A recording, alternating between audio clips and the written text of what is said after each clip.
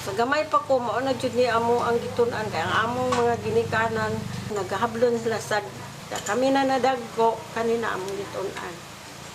Ora po ni amo intang pangabuhian pa eskwela's kong mga anak, nakatiwas sila.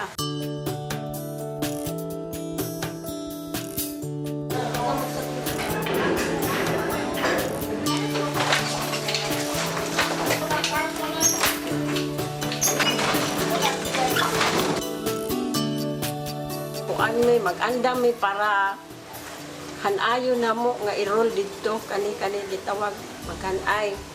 Ilikis na mo i-roll ana. Sulod diri tagsa-tagsa gyapon siya pagsulod ani. Tapos kung human na siya sulod sa reds, ipahilo na namo diri ready na sa paghablon.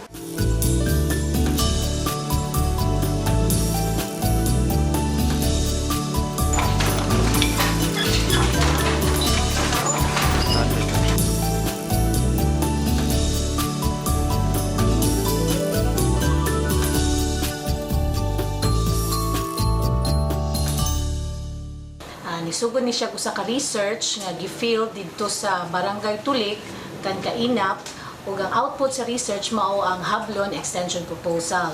Among nahibaw-an pagpanghablon sa Argao usa na kini ka dying industry tungod kay ang pinakabata nga hablonera 30 anyos na lang unya ang pinakatiguang 70 to 80 years old na siya unya gamay na lang po ni siyang mga babae nga kamaong manghablon. Ang tuyo mao ang pagpahibalo sa mga tao, mga Argawanon nga ang pagpanghablon buhi pa nga industriya unya angay kini nga tabangan para magpabiling buhi kay apil naman ni siya sa kulturang Argawanon.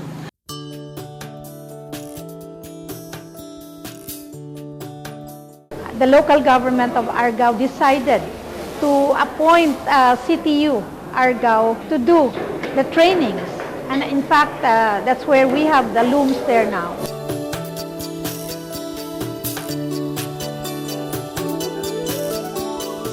Currently, aduna na kitay nagtrabaho na to sulod sa CTU diri nga pulo ka hablonera o upat ka hablonera nga tuwa dito sa Barangay Kainap under sa supervision ni Manang Auring.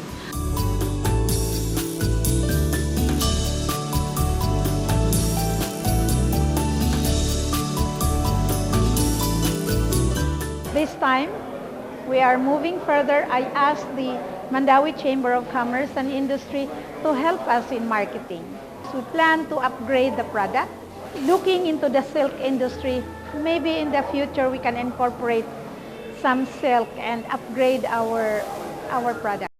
Dili na ta limited sa habol lang na natay sinina, naatay bags, natay sapatos, unya ni venture puta sa mga souvenir items. So this is everybody's effort. The provincial government only brought in all the stakeholders. We are very proud to have the Hablon industry now really revived.